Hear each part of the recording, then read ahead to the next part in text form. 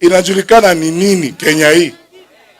Sasa unataka tuende kwa huyo mjadala badala ya kuzungumzia shida ya Wakenya.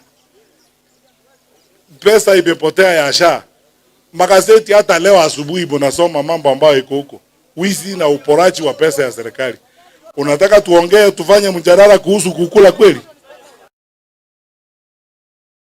Wa pesa ya umma na uporaji wa mali ya serikali, unataka tuzungumzie hayo? We have restrained ourselves. Hasa mimi, kwa sababu ya heshima, nilikuwa waziri wa usalama. I am respectful of the office of the president. Na nawaambia Wakenya wote, even when we have differences of opinion, we must remember the burden of leadership we carry. There is a level to which we cannot go. Ndio nimekuwa nikiambia watu wengine wananiambia, how come you don't attack the president and so on. Naambia, that is not the way. That gentleman is the head of state. That gentleman is our president. Lakini sasa akistoop so low, mpaka unatoka hapo unaanza sasa kuongea mambo ya ajabu.